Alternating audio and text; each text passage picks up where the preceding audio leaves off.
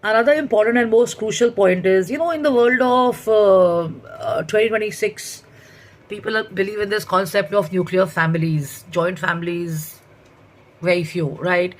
But the point is that if you spend your time with friends and family, mark my words, if you spend your time with friends and family, you're going to have a special connection with the world and stuff. It's only when your relationship with yourself and people around you is not great that you kind of go and you have a bad relationship with the world around and vice versa, right? So friends and family can help you achieve anything in this world and stuff. If you don't get the right medicines, I think families appreciation would mean a lot to a lot of people and stuff. And when people are not enjoying their social connections and they go back to their family roots or where it all began and stuff and all that, maybe an appreciative father, a mother, a grandparent, you feel cared for, you feel loved and stuff.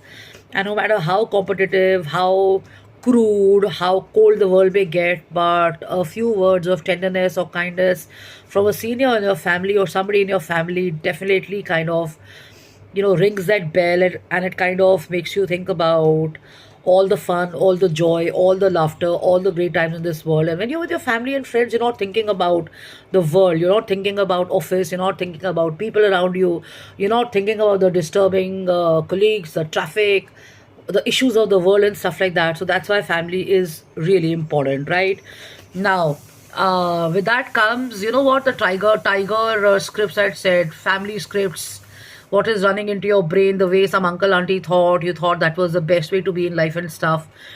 So when you're meditating and when you're mindful and you're enhancing your skill sets and you're working on yourself and all that, then those tiger prints start either playing an extremely important role in your life or they start going away from your life, right? So I'll take that on the next video. Setting the goal, most important, as it's going to be the weekend, it's my reminder that set some goals and stuff.